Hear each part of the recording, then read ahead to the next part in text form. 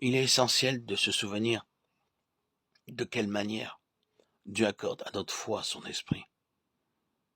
Dieu aime envelopper sa présence d'une apparence humble, à se revêtir de l'humilité, dont il veut que ses enfants se revêtent aussi. Le royaume des cieux est semblable à un grain de moutarde, Matthieu 13, 31. La foi seule peut savoir tout ce qu'il y a sous cette humble apparence. Telle a été la présence du Fils de Dieu sur la terre. Telle est aussi la présence de l'Esprit dans le cœur.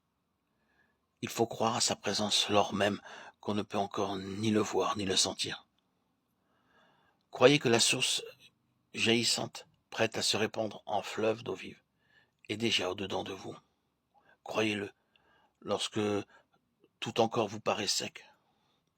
Prenez le temps de vous retirer dans le sanctuaire intime de votre cœur, et de là faites monter à Dieu votre adoration et vos louanges, avec la certitude que le Saint-Esprit est en vous.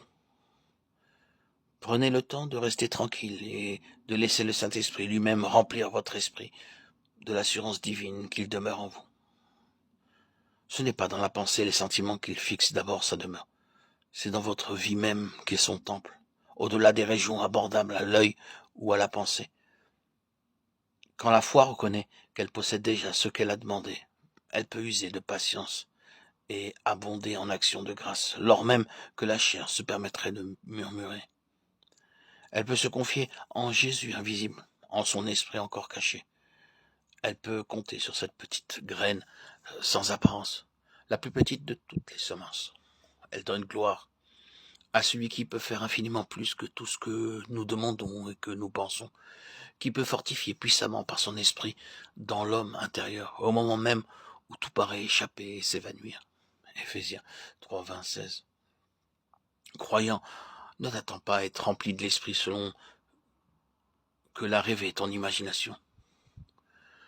Attends-toi plutôt à le voir venir comme jadis le Fils de Dieu, sans forme ni éclat, Ésaïe 53, 2, et d'une manière qui semble folie à la sagesse de l'homme.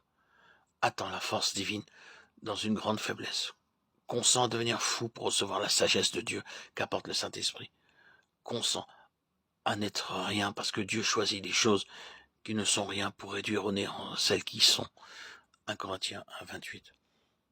Tu apprendras ainsi à ne pas te glorifier en la chair, mais à te glorifier en Dieu et dans la joie intime d'une vie d'obéissance continuelle et de simplicité enfantine.